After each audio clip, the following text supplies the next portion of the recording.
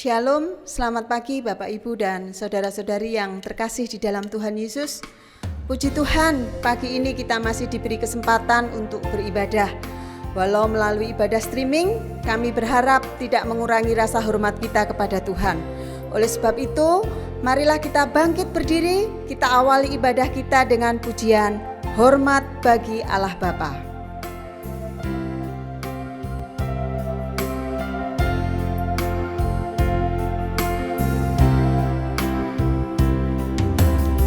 Hormat bagi Allah Bapa, hormat bagi anaknya, hormat bagi Roh penghibur ketiganya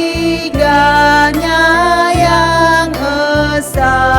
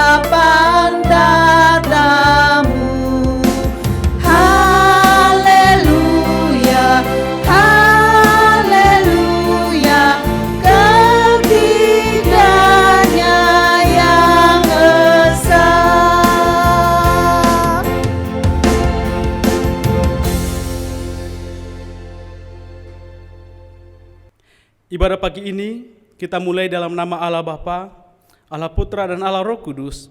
Kiranya kasih karunia Tuhan Yesus Kristus memimpin dan menyertai kita sekalian.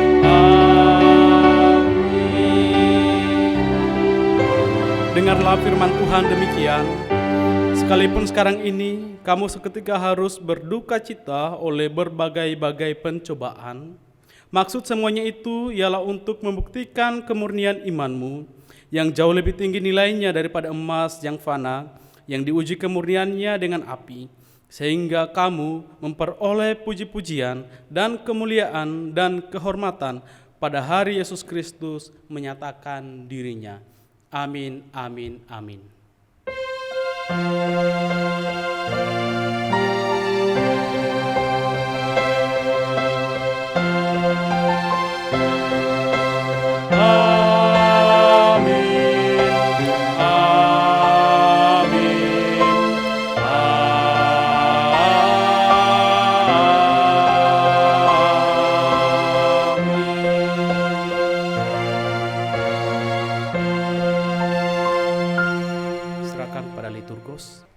Jemaat sekalian dipersilahkan duduk kembali.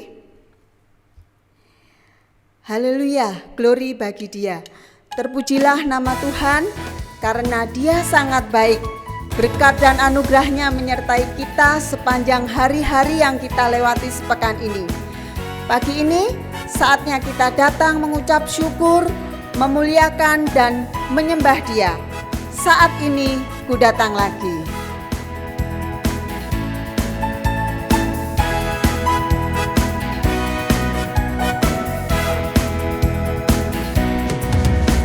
Saat ini ku datang lagi padamu Tuhan, junjungan hidupku. Ku angkat tanganku, ku puji namamu, Yesus, ku sembah Kau Tuhan. Hari-hari telah ku lalui bersamamu Tuhan, ku rasa bahagia. Peganglah tanganku, tuntunlah jalanku, Tuhan, Kaulah segalanya. Haleluya, sorak hosana. Haleluya, glory bagi Dia. Haleluya, sorak hosana. Terpujilah namamu. Saat ini ku datang lagi padamu Tuhan, junjungan hidupku. Ku angkat tanganku, ku puji namamu, Yesus, ku sembah Kau Tuhan. Hari-hari telah ku lalui bersamamu Tuhan, ku rasa bahagia. Peganglah tanganku, tuntunlah jalanku, Tuhan, Kaulah segalanya. Haleluya, sorak hosana. Haleluya, glory bagi Dia. Haleluya, sorak hosana. Terpujilah namamu. Haleluya, sorak hosana. Haleluya, sorak hosana. Haleluya, glory bagi Dia. Haleluya, sorak hosana. Terpujilah namamu. Terpujilah namamu.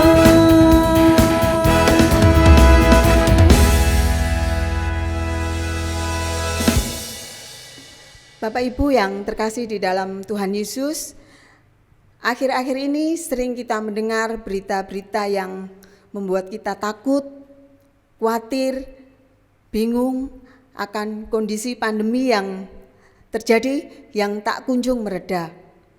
Kasus positif semakin bertambah, belum lagi dampak ekonomi yang ditimbulkan. Puji Tuhan, kita punya Tuhan yang selalu menjaga dan memelihara kehidupan kita. Sampai masa tuamu, aku tetap Dia, dan sampai masa putih rambutmu, aku menggendong kamu. Aku telah melakukannya dan mau menanggung kamu terus. Aku mau memikul kamu dan menyelamatkan kamu. Itulah janji Tuhan kepada kita. Tuhan menjagamu, Tuhan menjaga kita semua. Kita akan menyanyikan pujian ini sebelum kita bersama-sama akan menaikkan doa syafaat.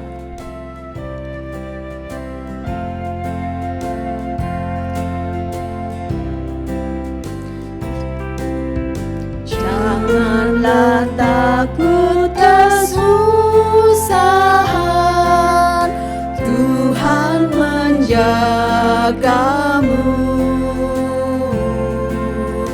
Padanya ada perlindungan, Tuhan menjagamu.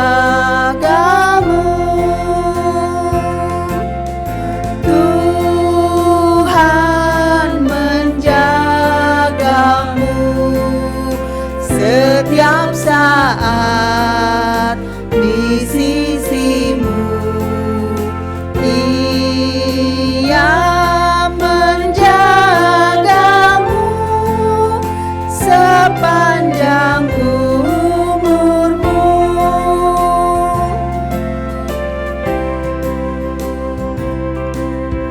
Bila menanggung beban berat, Tuhan menjagamu.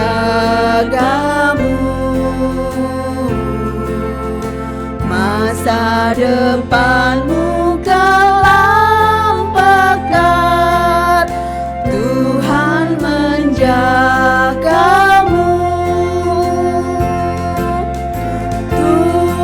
Tuhan menjagamu setiap saat di sisimu. Ia menjagamu sepanjang umurmu.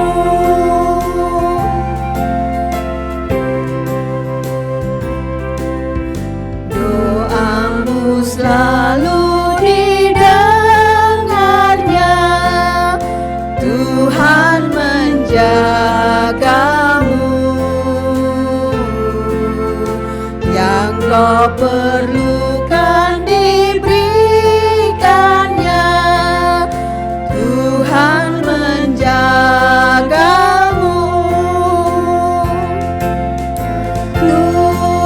Tuhan menjagamu setiap saat di sisimu.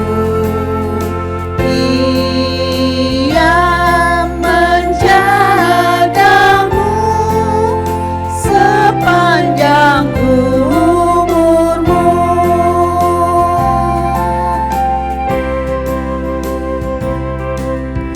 Dalam susah dan pencobaan, Tuhan menjagamu. Olehnya iblis dikalahkan, Tuhan menjagamu.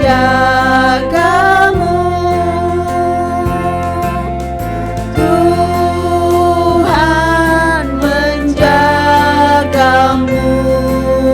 setiap saat di sisimu.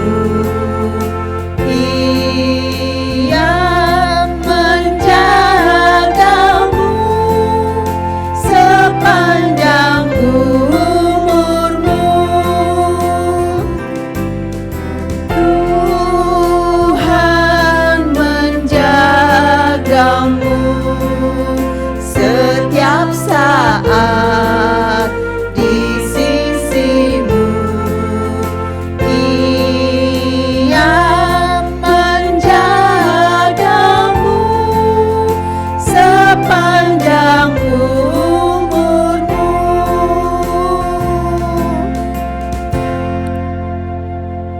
Jemaat yang terkasih, marilah kita bersama-sama bangkit berdiri. Kita akan naikkan doa-doa syafaat kita. Tuhan Allah Bapa yang bertahta di dalam kerajaan surga yang mulia, kembali kami datang kepadamu Tuhan. Kami bersama-sama datang kepadamu mengucap syukur atas setiap kebaikan Tuhan, setiap rahmat yang Tuhan sudah berikan kepada kami, berkat-berkat yang sudah Tuhan limpahkan kepada kami, baik itu berkat kesehatan, berkat ekonomi, berkat pemeliharaan, dan Tuhan juga sudah memberikan kekuatan kepada kami untuk melewati hari-hari selama sepekan ini. Terima kasih Tuhan Yesus untuk apa yang sudah Tuhan berikan kepada kami sepanjang pekan ini. Pada pagi hari ini Tuhan, kami juga datang kepadamu memohon ampun atas segala apa yang sudah kami lakukan Tuhan, yang mengecewakan hati Tuhan, yang mendukakan hati Tuhan, segala perbuatan, ucapan, dan kata-kata kami. Tolong Tuhan akan ampuni dan Tuhan akan sucikan dan kuduskan kami, sehingga kami pagi ini layak datang di hadirat Tuhan. Melalui doa-doa syafaat yang akan kami naikkan pada pagi hari ini. Terima kasih Tuhan. Pada pagi hari ini Tuhan, kami akan menyerahkan setiap jemaat Tuhan yang ada di GKMI Sidoarjo ini Tuhan. Di tengah-tengah pergumulan hidup yang ada saat ini, di tengah kesulitan yang terjadi saat ini akibat pandemi COVID-19 saat ini Tuhan. Mungkin banyak jemaat kami Tuhan mengalami kesulitan ekonomi, kesulitan pekerjaan, dan bahkan masa depan mereka Tuhan. Kiranya Tuhan akan melawat mereka satu persatu. Biarlah melalui kekuatan yang daripada Tuhan, jemaat kami boleh bertahan dan mampu melewati setiap pergumulan dan permasalahan yang terjadi saat ini bersama Tuhan. Dan kami mau menyerahkan mereka Tuhan senantiasa di dalam Tuhan. Biarlah mereka boleh semakin kuat, boleh semakin setia, dan hanya bersarah dan berharap kepada Tuhan. Pada pagi hari ini juga Tuhan, kami mau berdoa untuk pelayanan Pendeta Freddy juga Evangelis Ekos. Kiranya Tuhan akan menambahkan hikmat kepadanya, kiranya Tuhan akan memelihara kesehatannya, sehingga melalui pertolongan Tuhan, kekuatan Tuhan, mereka boleh melayani di GKMI Sidoarjo ini dengan penuh hikmat daripada Tuhan, penuh kesabaran, penuh ketekunan di dalam Tuhan. Kami menyerahkan juga keluarga mereka Tuhan di dalam perlindungan Tuhan. Biarlah Tuhan sendiri akan menolong dan melindungi, menjaga mereka. Terima kasih Tuhan Yesus. Terakhir kami mau naikkan Tuhan doa untuk bangsa dan negara kami Tuhan. Di tengah-tengah kesulitan yang terjadi saat ini, atas pandemi yang terjadi yang tidak kunjung selesai Tuhan, kami mau menyerahkan untuk Bapak Presiden, Wakil Presiden, untuk para menteri, untuk anggota DPR baik dari tingkat pusat, daerah, dan pejabat negara yang ada di pemerintahan Tuhan. Kami menyerahkan mereka Tuhan, berikan hati yang takut akan Tuhan. Biarlah mereka boleh bersama-sama bersatu hati, menyerahkan semua persoalan yang terjadi di bangsa ini Tuhan ke dalam tangan kasih Tuhan. Sehingga mereka boleh bersama-sama duduk, mengambil satu kebijakan, mengambil solusi untuk dapat menyelesaikan persoalan yang terjadi di negara ini Tuhan. Terima kasih Tuhan. Itulah Tuhan semua pokok-pokok doa yang sudah kami naikkan kepadamu. Kami percaya Tuhan, Engkau sudah mendengar dan mengerti akan apa yang menjadi maksud hati kami. Kami percaya Tuhan, Engkau akan menjawab setiap pokok doa kami sesuai dengan waktu yang sudah Engkau kehendaki. Beri kami hati yang setia, hati yang taat untuk menanti jawaban Tuhan. Terima kasih Tuhan Yesus. Hanya kepadamu Tuhan kami naikkan segala doa dan ucapan syukur ini. Dalam nama Tuhan Yesus kami berdoa dan mengucap syukur. Amin. Bapak Ibu yang terkasih di dalam Tuhan Yesus, tiba saatnya kita mau mendengar dan belajar firman Tuhan yang akan disampaikan oleh Evangelis Ekos Koodoh. Kita akan bersama-sama siapkan hati kita dengan satu pujian, Tetap Setia.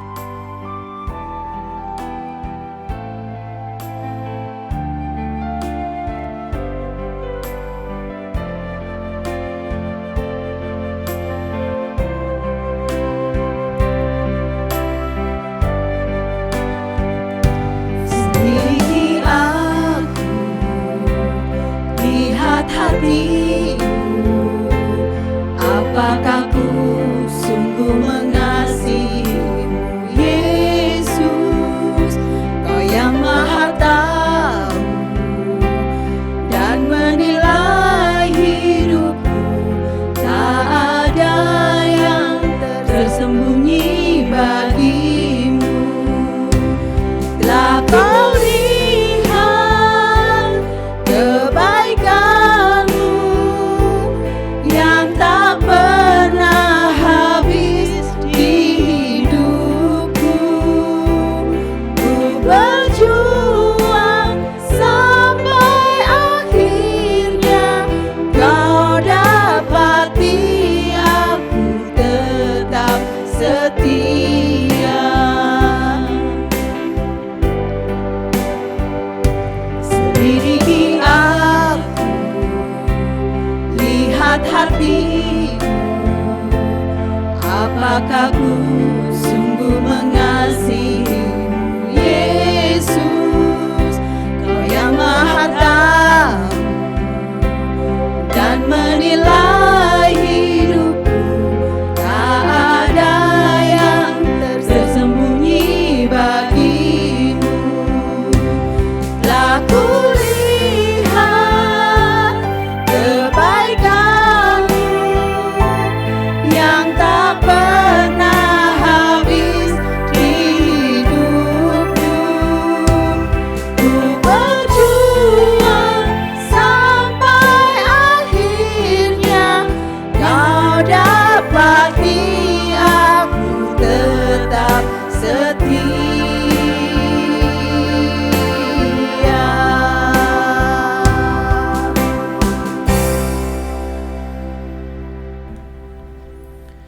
Shalom, selamat pagi. Sebelum kita masuk dalam pembacaan firman Tuhan, kita akan satu dalam doa. Kita berdoa. Bapa dalam kerajaan surga, kami bersyukur pagi hari ini kesempatan yang Tuhan kembali berikan bagi kami untuk beribadah. Dan tiba saatnya kami akan membaca merenungkan firman-Mu. Tolong ya Tuhan, sepanjang pembacaan dan perenungan firman Tuhan disertai dipimpin oleh Roh Kudus, dan kami diberikan pengertian, kemampuan untuk memahami kebenaran firman Tuhan, untuk meyakini kebenaran firman Tuhan yang akan kami baca dan renungkan bersama. Tolong hamba-Mu penuh dengan keterbatasan untuk menyampaikan perenungan firman Tuhan kepada setiap kami. Demi Kristus kami berdoa dan mengucap syukur, haleluya, amin. Langsung saja kita buka Alkitab kita di dalam surat Petrus yang pertama, pasal yang pertama. Kita akan baca mulai ayat yang ketiga sampai ayat yang ke-9. Surat Petrus yang pertama, pasal yang pertama, ayat yang ketiga sampai 9, demikian bunyi firman Tuhan. Terpujilah Allah dan Bapa Tuhan kita Yesus Kristus, yang karena rahmat-Nya yang besar telah melahirkan kita kembali oleh kebangkitan Yesus Kristus dari antara orang mati pada suatu hidup yang penuh pengharapan, untuk menerima suatu bagian yang tidak dapat binasa, yang tidak dapat cemar, dan yang tidak dapat layu, yang tersimpan di surga bagi kamu, yaitu kamu yang dipelihara dalam kekuatan Allah karena imanmu, sementara kamu menantikan keselamatan yang telah tersedia untuk dinyatakan pada zaman akhir. Bergembiralah akan hal itu, sekalipun sekarang ini kamu seketika harus berduka cita oleh berbagai-bagai pencobaan. Maksudnya semuanya itu ialah untuk membuktikan kemurnian imanmu yang jauh lebih tinggi nilainya daripada emas yang fana, yang diuji kemurniannya dengan api, sehingga kamu memperoleh puji-pujian dan kemuliaan dan kehormatan pada hari Yesus Kristus menyatakan dirinya. Sekalipun kamu belum pernah melihat Dia, namun kamu mengasihinya. Kamu percaya kepada Dia, sekalipun kamu sekarang tidak melihatnya. Kamu bergembira karena sukacita yang mulia yang tidak terkatakan, karena kamu telah mencapai tujuan imanmu, yaitu keselamatan jiwamu. Diberkati setiap kita yang membaca merenungkan firman Tuhan di dalam kehidupan kita hari lepas hari. Surat Petrus yang pertama ditujukan kepada umat Kristen yang tersebar di Pontus, Galatia, Kapadokia, Asia Kecil, dan Bitinia, seperti yang tercatat dalam ayat yang pertama. Mereka adalah orang-orang Kristen yang berlatar Yahudi yang bekerja di luar negeri atau tinggal dan hidup di luar Palestina. Bagaimana dan seperti apakah kondisi situasi penerima surat Petrus saat itu? Dalam ayat yang ke-6 di sana digambarkan, dikatakan mereka tengah mengalami tekanan dan penganiayaan yang hebat. Namun Petrus mengingatkan mereka untuk tetap bergembira walau harus menanggung semua kesulitan itu. Dalam kondisi yang normal, mereka harus bekerja keras untuk menghidupi diri mereka. Apalagi dalam situasi yang sulit saat mereka mengalami penderitaan iman. Sudah pasti penerima surat Petrus akan ekstra bekerja di tengah-tengah penderitaan dan kesulitan mereka. Saya rasa tidak ada manusia yang normal yang menginginkan berada dalam situasi yang seperti ini. Apakah relevansinya bagi kita saat ini? Nasihat ini ditujukan kepada orang-orang yang percaya yang sedang mengalami kesusahan. Pertama, penerima surat yang sedang mengalami penderitaan, menderita secara fisik karena dianiaya secara langsung bahkan dibunuh.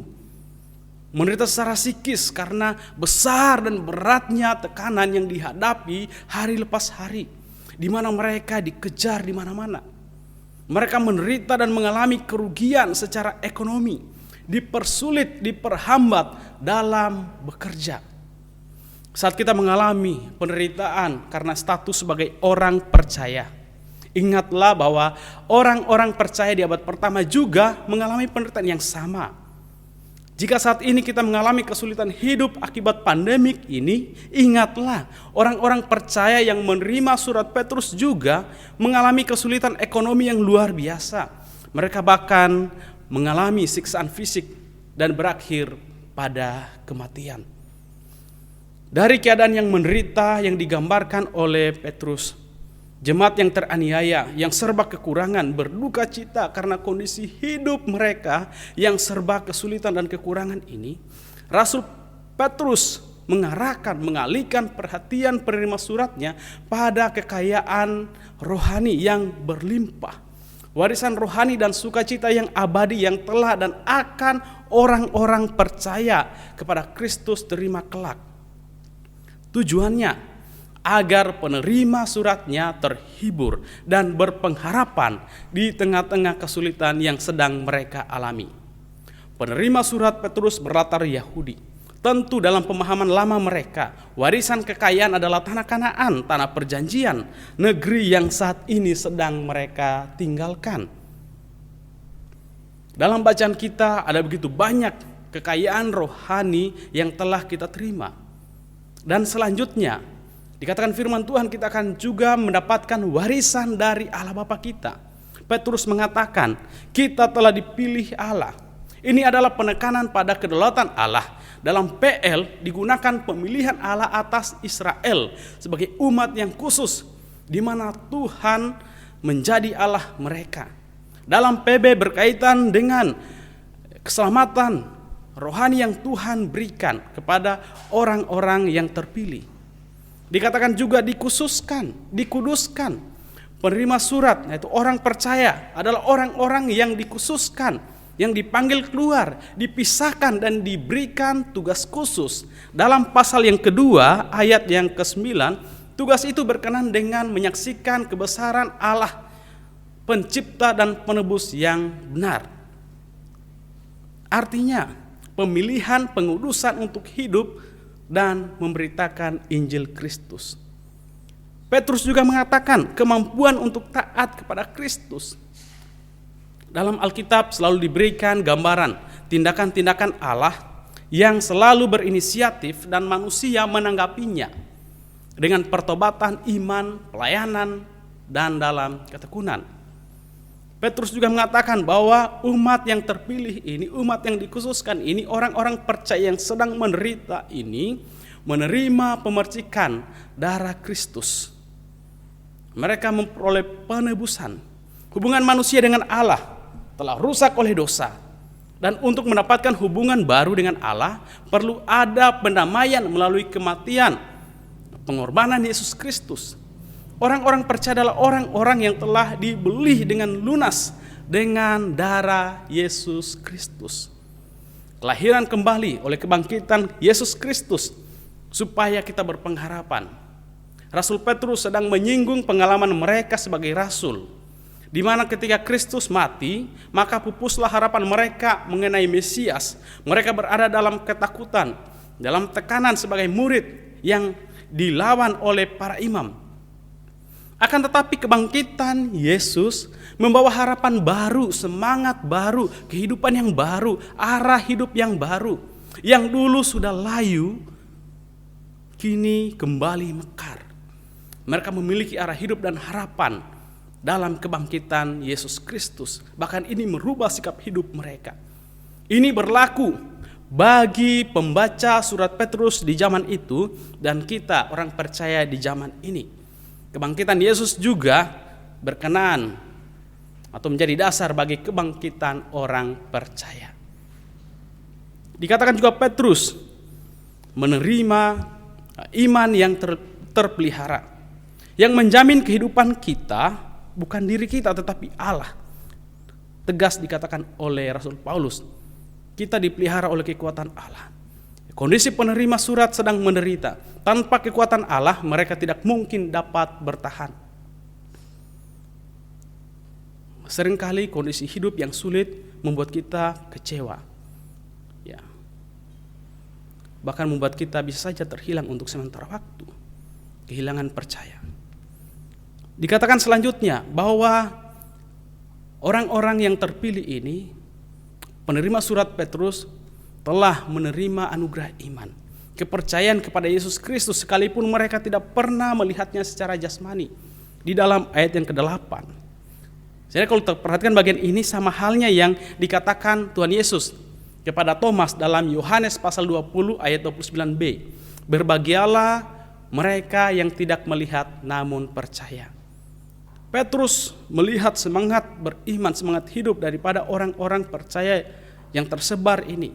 Sekalipun mereka belum pernah melihat Kristus, tapi mereka mempercayai apa yang diberitakan. Sebenarnya ini bisa saja menjadi keberatan intelektual kita untuk menguji apakah Yesus yang diberitakan itu pernah dilahirkan, pernah hidup, betul-betul mati, betul-betul bangkit, naik ke surga dan menjanjikan keselamatan kepada mereka yang percaya. Ini bisa menjadi keberatan intelektual kita untuk mengujinya.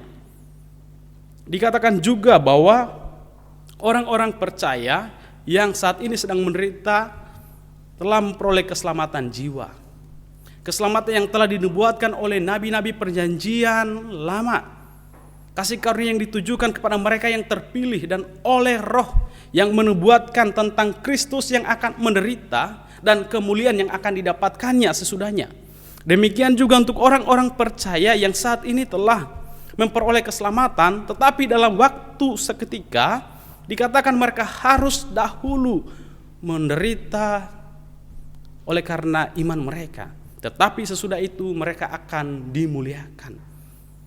Petrus memberikan gambaran-gambaran yang mulia, yang agung, yang tak ternilai mengenai warisan yang akan kita terima ini. Dikatakan harta warisan ini tidak dapat binasa. Tanah Kanaan adalah tanah warisan Allah bagi Israel, tetapi telah beberapa kali diporak-porandakan karena perang, karena gempa bumi. Juga dapat diduduki secara paksa oleh bangsa-bangsa seperti Asyur dan Babel.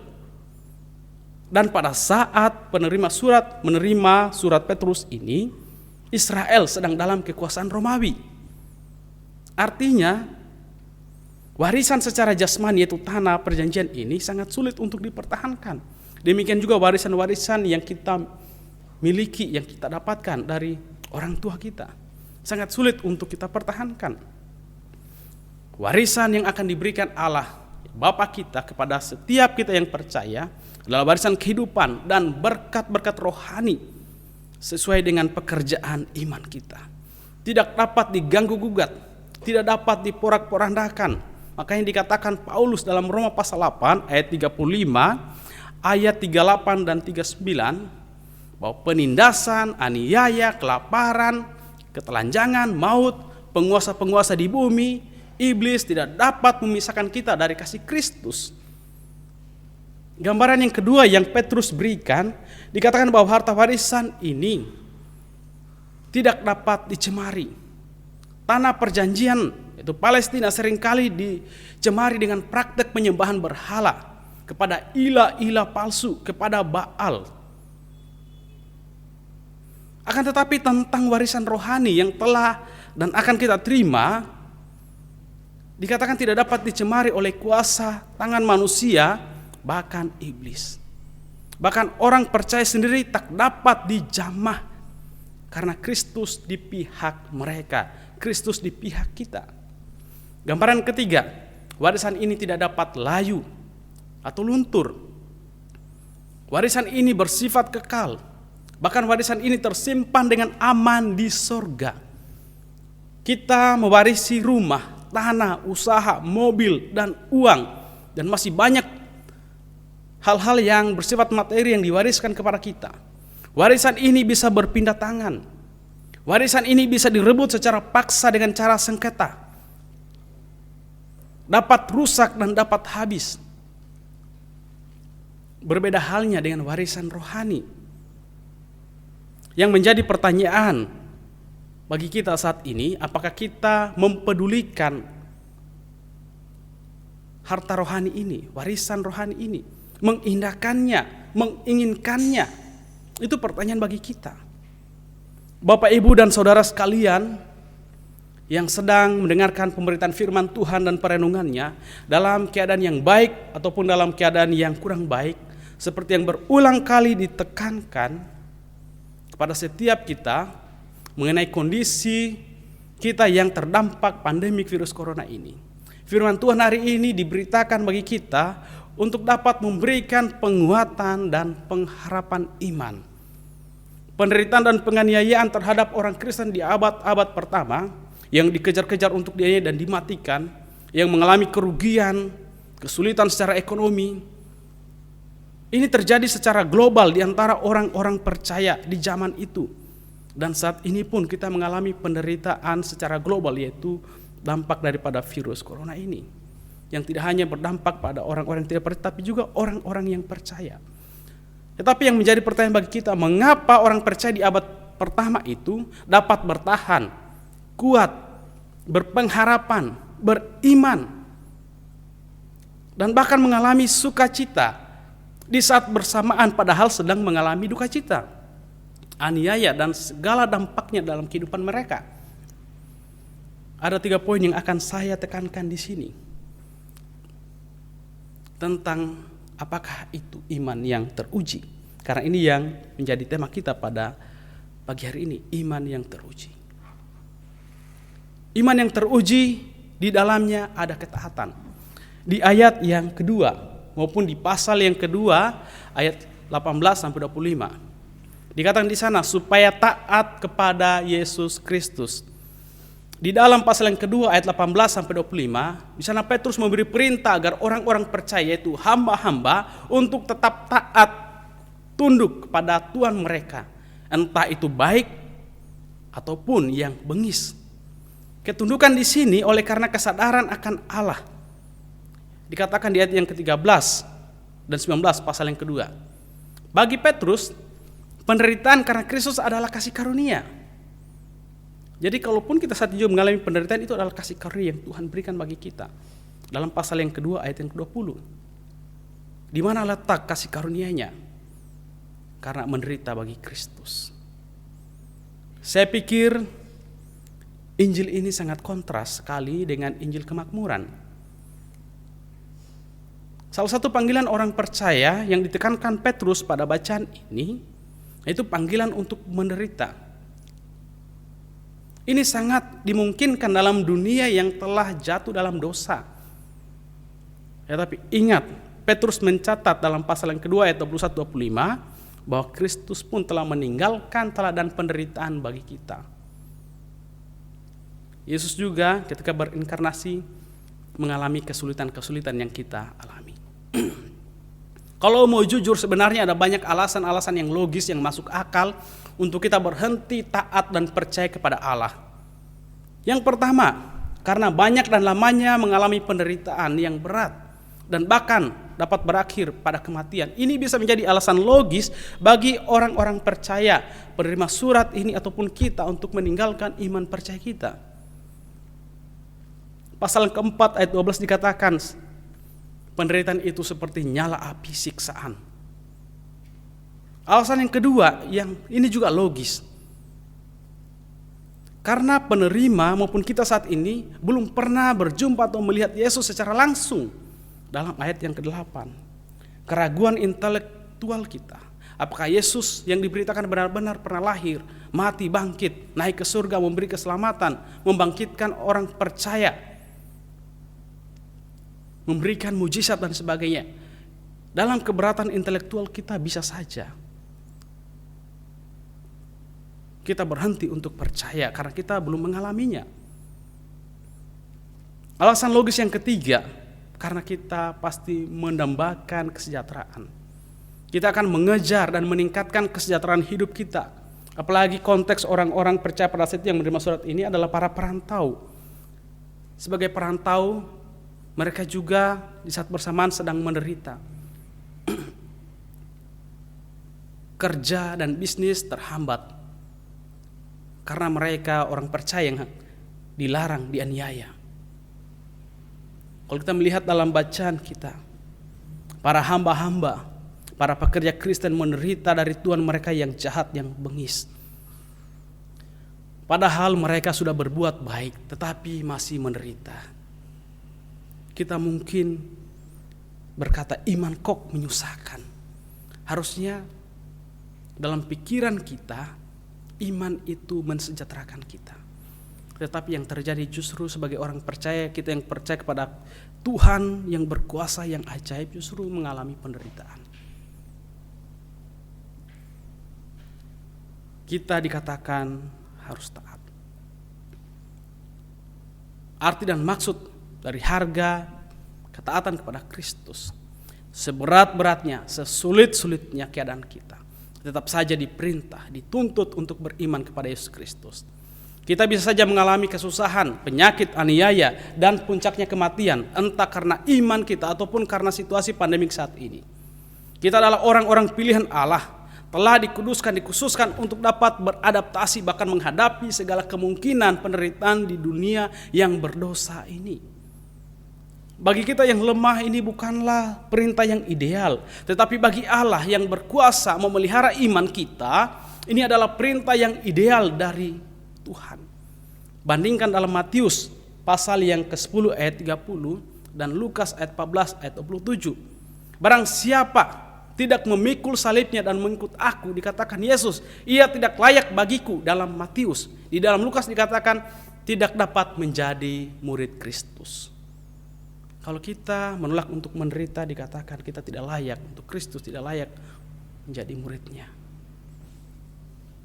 Itu poin yang pertama. Poin yang kedua yang saya akan tekankan, iman yang teruji tetap mengalami sukacita, kegembiraan dan ucapan syukur sekalipun di saat bersamaan sedang mengalami penderitaan.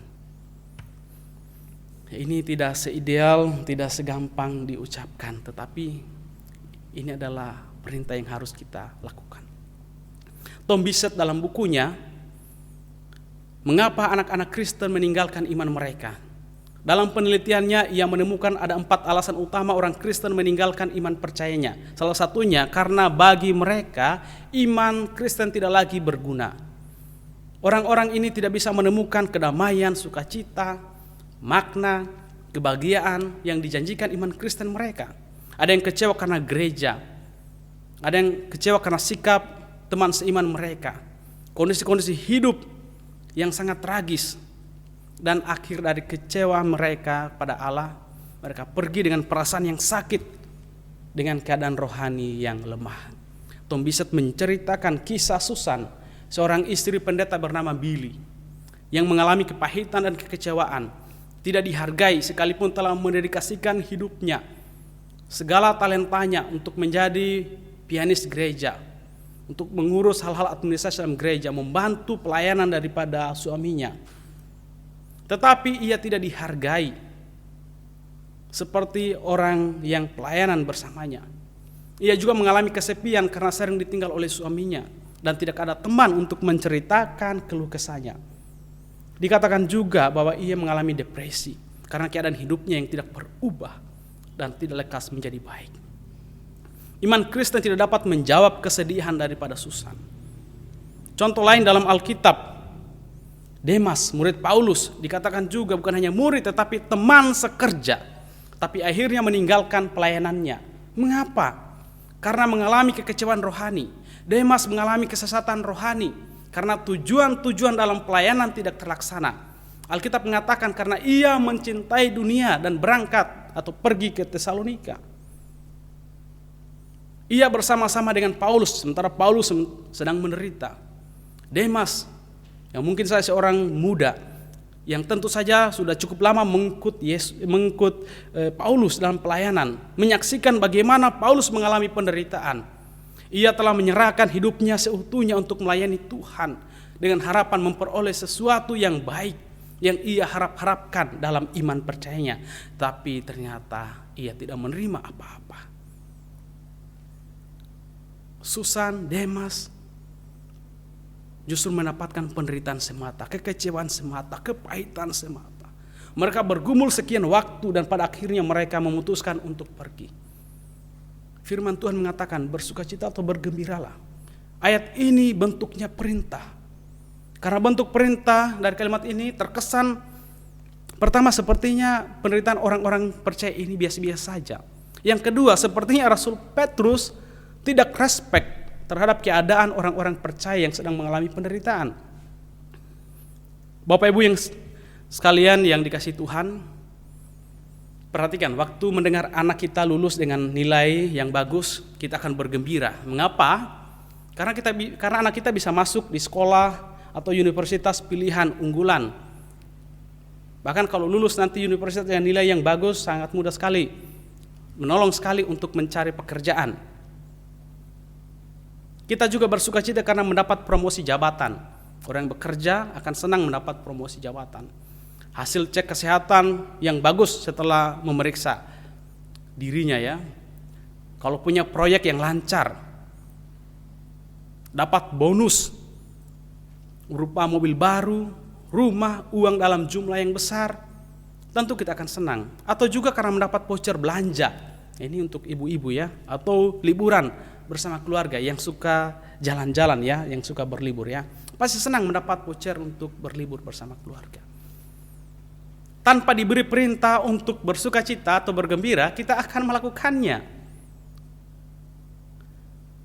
Sejauh orang yang pernah saya temui, tidak ada yang pernah kecewa atau marah karena mendapatkan hal-hal yang baik ini.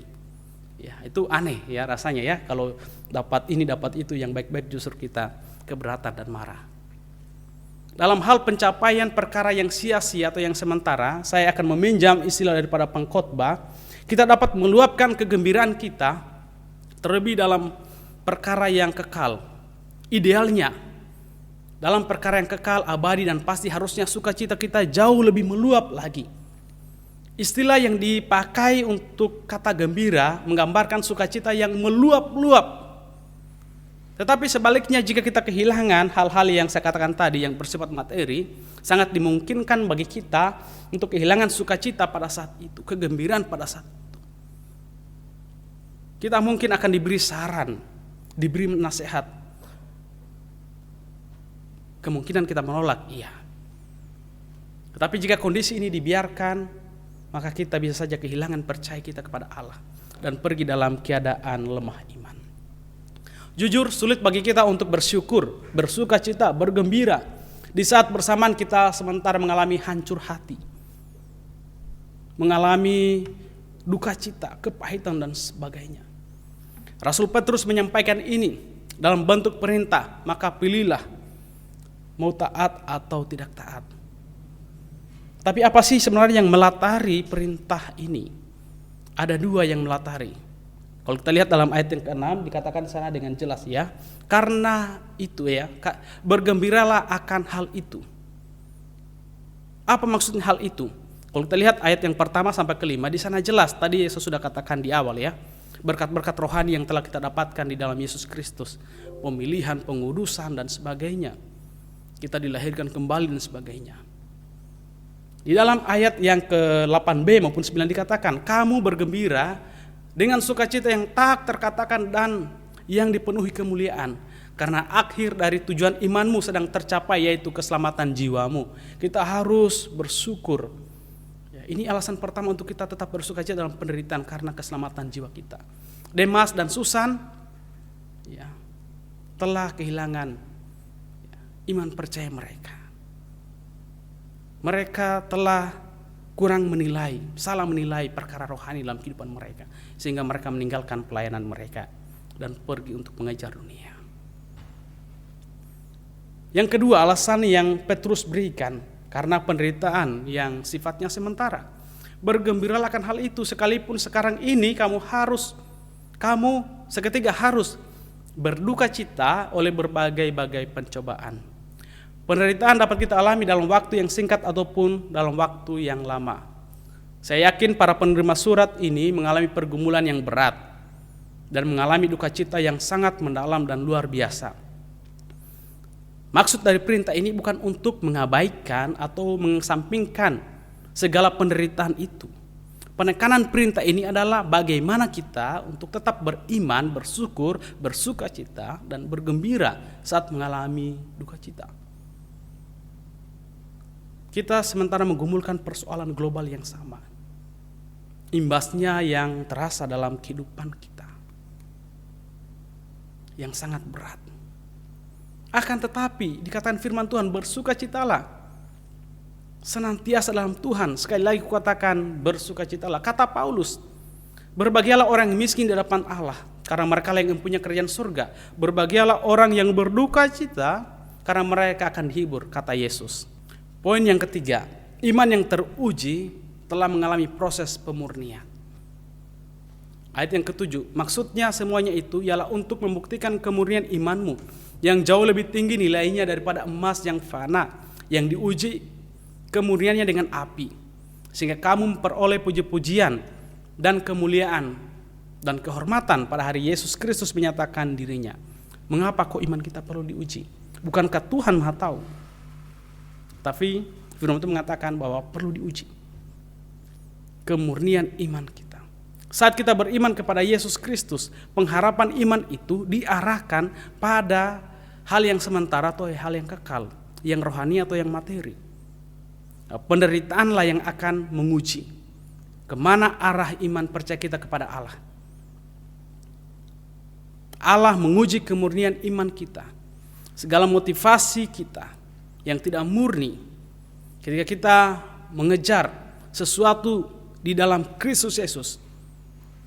Maka sarana yang Tuhan gunakan untuk pengujian ini adalah penderitaan. Kembali lagi saya katakan, Demas dan Susan merasa tidak mendapat upah dari apa yang mereka harapkan. Kalau membaca kisah Susan yang dikatakan oleh Tom Bissett, salah satu alasannya ia meninggalkan pelayanan karena ia tidak diberikan apresiasi yang sama. Contohnya, kalau pemusiknya diberi uang, kenapa saya tidak diberi uang? Di samping alasan-alasan yang lain. Jadi motivasinya salah, sekalipun ia terkesan melayani dengan tulus sejak ia remaja. Sama juga dengan Demas yang telah menyerahkan hidupnya bagi Tuhan. Bersama-sama Paulus melayani, tetapi karena penderitaan dan sebagainya ia harus meninggalkan pelayanan karena ia mencintai dunia dan segala kelimpahannya. Jadi kemudian iman kita itu perlu diuji motivasinya. Selanjutnya dikatakan juga bahwa tujuan daripada pemurnian iman ini supaya bernilai tinggi. Emas yang murni sangat tinggi nilainya, itu akan diuji dengan api. Dikatakan oleh oleh Petrus. Produk yang teruji dan canggih itu sangat mahal harganya melalui proses-proses pengujian, pengembangan dan sebagainya. Kalau kita mendengar pengalaman orang yang menjalani pahit manisnya kehidupan, saya yakin kita akan menaruh hormat, respect. Mengapa? Karena mereka telah melalui proses-proses yang panjang dan sulit. Kita bisa memberi nilai yang tinggi pada mereka. Demikian Allah akan memberi penilaian terhadap pekerjaan iman kita. Tetapi itu akan dinilai setelah dibakar oleh api penderitaan dan pencobaan. Dilihat kualitasnya. Ini kualitasnya seperti apa? Apakah kualitas jerami yang kata Paulus, kayu, ya, emas atau sebagainya. Akhirnya tujuan daripada ujian iman itu untuk kita dapat upah yang kita nantikan. Dikatakan bacaan kita, puji-pujian, kemuliaan, kehormatan. Dalam kitab lain dikatakan mahkota kehidupan akan diberikan langsung oleh Yesus Kristus kepada kita yang setia. Kita bisa melihat di dalam 1 Korintus pasal yang ketiga ayat 13 sampai 15 dan Yakobus pasal 1 ayat yang ke-12. Ya. Diberikan upah ini kepada mereka yang setia, yang teruji kemurnian imannya. Demikian perdengan firman Tuhan kepada setiap kita. Biarlah kita memiliki ketaatan. Biarlah setiap kita tetap memiliki sukacita sekalipun di tengah-tengah penderitaan. Biarlah kita diuji kemurnian iman kita, motivasi hidup kita mengikut Kristus dan melayaninya. Tuhan Yesus memberkati setiap kita. Kita satu dalam doa.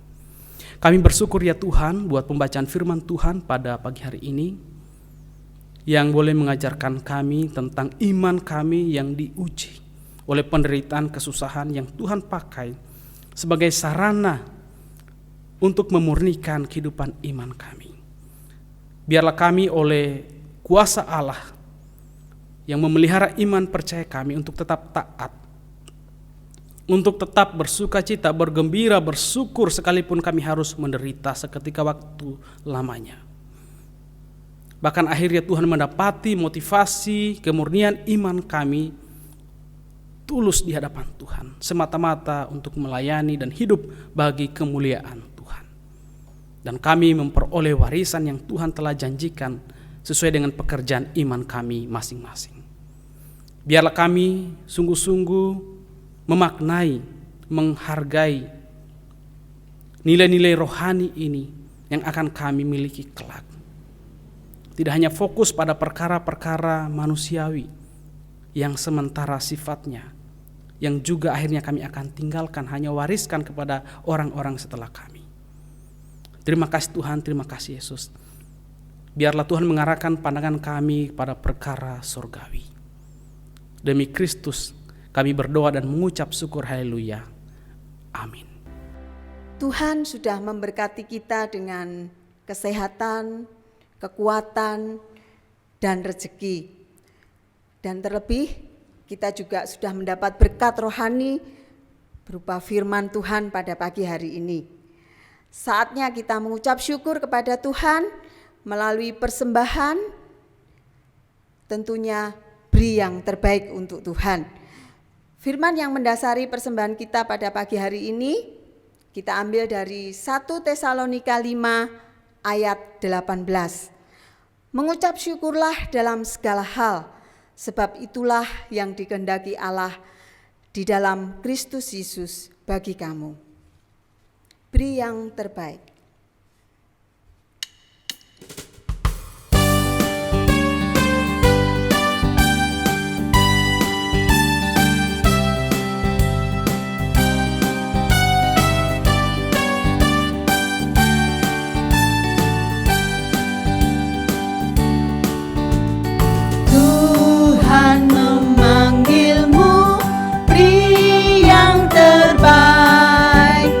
Apapun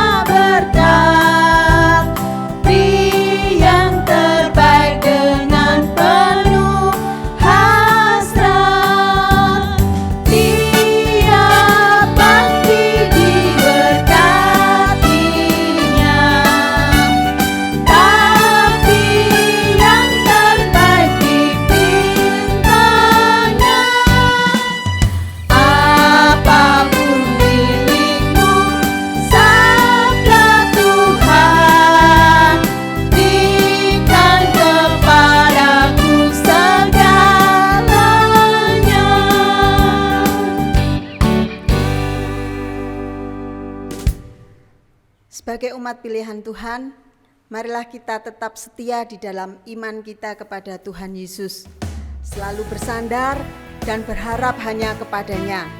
Sampai akhir zaman Tuhan mendapati kita sebagai anak-anaknya yang setia dan taat. Kita akan mengakhiri ibadah kita dan doa berkat akan disampaikan oleh Pendeta Freddy. Marilah kita menaikkan pujian sandar akan perjanjian Yesus.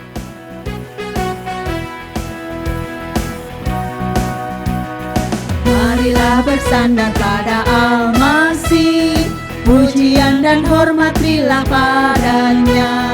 Oleh firman Allah kami terus menang dan harapkan perjanjiannya.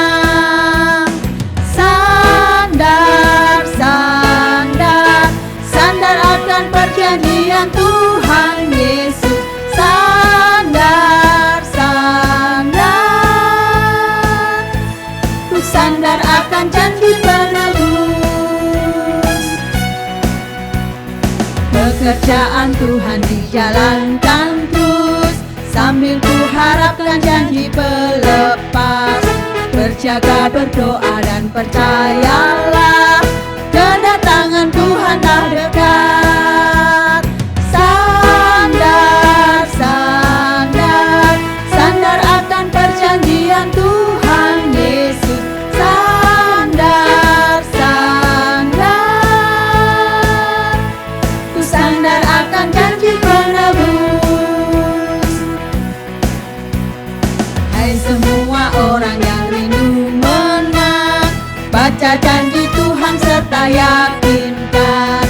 Itulah senjatamu dan perisaimu dalam mengharapkan janjimu. Sandar, sandar, sandar akan perjanjian Tuhan Yesus. Sandar, sandar, ku sandar akan janji penebus. Sandar, sandar, sandar akan perjanjian Tuhan Yesus. Sandar, sandar, ku sandar akan janji penebus.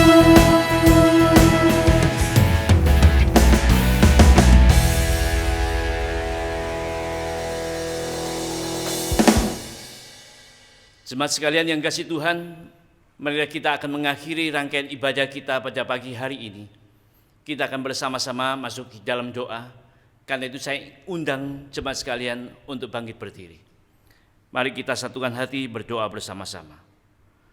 Segala puji dan syukur kami panjatkan kepadamu Bapa, karena pertolongan Tuhan dan kasih karunia-Mu, Engkau boleh tambahkan usia setahun lagi bagi saudara-saudara kami, baik Ibu Renaning Sri Wayuni, Ibu Warni Wardana, Bapak Kwi Dingsin, Ibu Heni Krisnawasari, dan Saudari Yunita Rosabella. Kami berdoa di dalam nama Yesus Kristus, kiranya Engkau memelihara kehidupan mereka masing-masing di masa pandemi ini, diberikan kekuatan ekstra, dijauhkan dari hal-hal yang tidak diinginkan, terutama bagi keluarga mereka masing-masing, dipelihara, dijaga, dilindungi, diberkati oleh Tuhan. Kami mohon jika ada nama-nama yang belum kami sebutkan, karena mereka boleh berulang tahun dalam bulan ini, kami berdoa dan menyerahkan di dalam kuasa Tuhan, kiranya Tuhan juga memelihara mereka, sehingga mereka pun juga mendapatkan kasih karunia-Mu. Jemaat sekalian yang kasih Tuhan, arahkan hati dan pikiran saudara kepada Tuhan yang adalah sumber berkat itu. Kiranya kasih karunia Tuhan Yesus Kristus, kasih Allah Bapa yang sejati dan ajaib, penghiburan penyertaan Tuhan dalam Roh Kudus, kiranya terus memimpin menyertai saudara-saudara sekalian sekarang sampai Kristus Yesus datang kedua kalinya. Amin.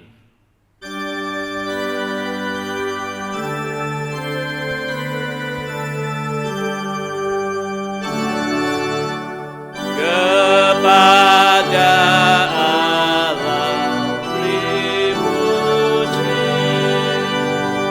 namun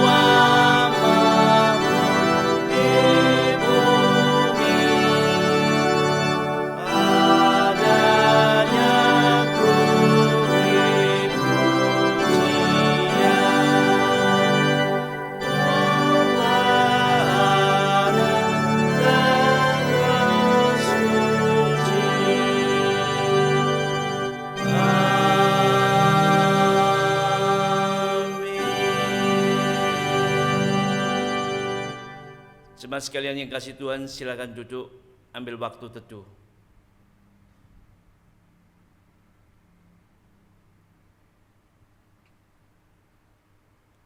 Selesai, Tuhan Yesus memberkati kita semua. Immanuel,